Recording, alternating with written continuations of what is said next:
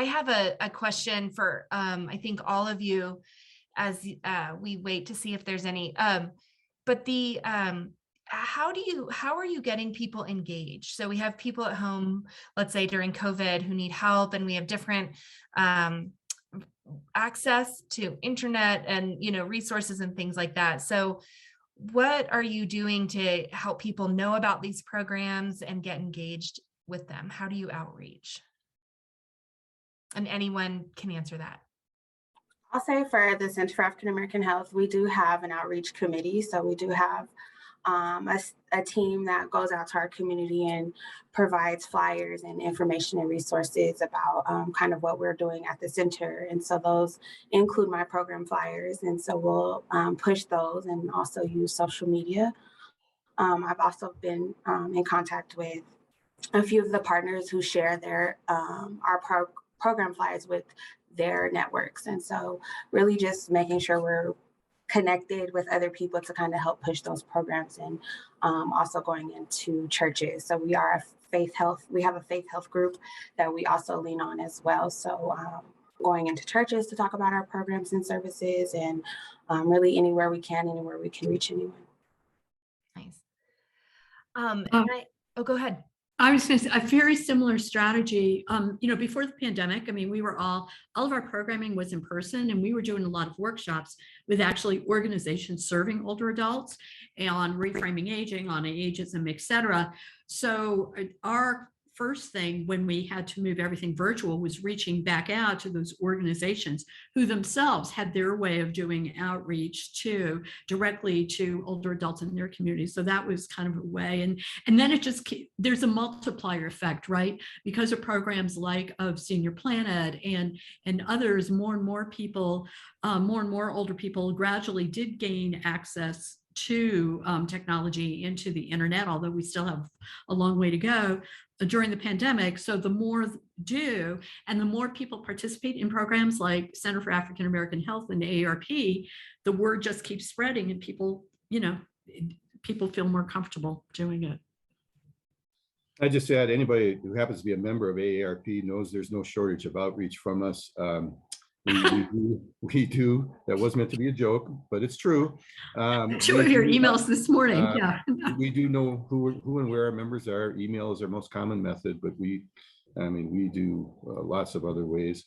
We actually have 2 associate state directors for outreach. I've talked about Jeremiah, who does our community outreach.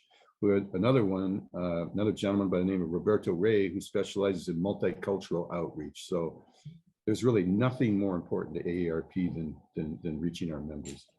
Excellent. And one question here, what solutions and ideas excite you the most when it comes to addressing isolation and loneliness?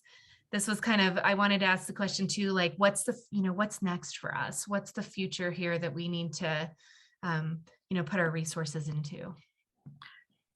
So Danielle, I'll just speak up. I think what would be fascinating would be to have in April or in May, have the older adult group and the younger adult group come together, because I think the real promise is around intergenerational solutions for a lot of this. And you're doing both, and let's eliminate the silos. Let's bring everybody together and figure it out together. Okay, and Janine, I need you to come and facilitate that, because you have figured out how to bring those conversations together, and I really appreciate that. That's amazing. I think we're being in the early stages of conquering this digital divide is very exciting to me. Conquering it in an equitable manner, a word I keep using.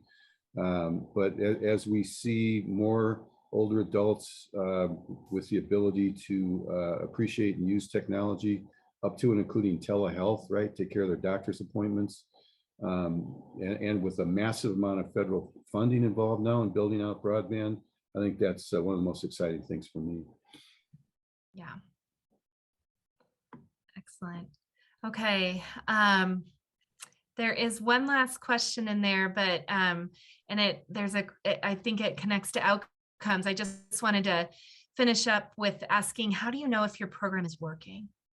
What are you doing to evaluate or look and measure outcomes? So we do ongoing evaluation of everything we do. I mean, basically from the time, anything that we're designing, we're starting by thinking literally with the end in mind. What are we trying to do? To what extent does it do it? And then the other thing that we've really tried to capture is what we call the ripple effect. What are maybe unintended outcomes, both good and bad? And then when we see good unintended outcomes, how can we dive deeper into that? Excellent.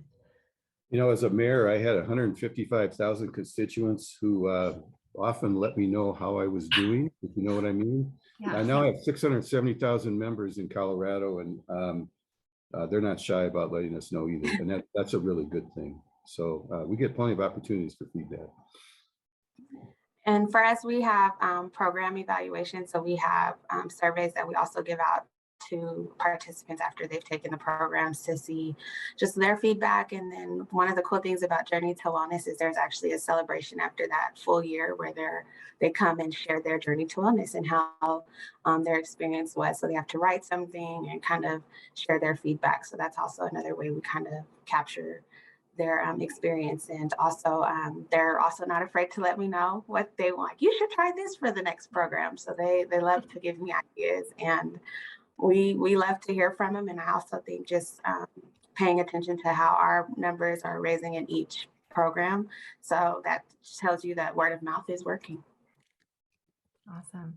So I heard getting feedback through stories and numbers, also having an agile mindset, which Janine described, we learn and then change and shift. And that this is a vocal group that uses its voice. So thank you so much. We're just at the top of the hour.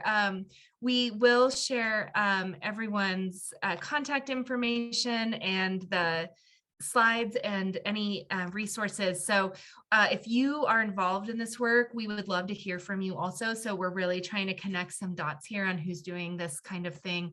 And just appreciate everyone being here today and caring about this topic. And we hope that you will stay connected and join us in future webinars as well. Thank you, Janine and Bob and Morgan, for sharing your time and your expertise today. We really are grateful. I know you're very busy. So thanks everyone so much. And I hope you enjoy the rest of your week and that we will see you again and stay connected. Thank you.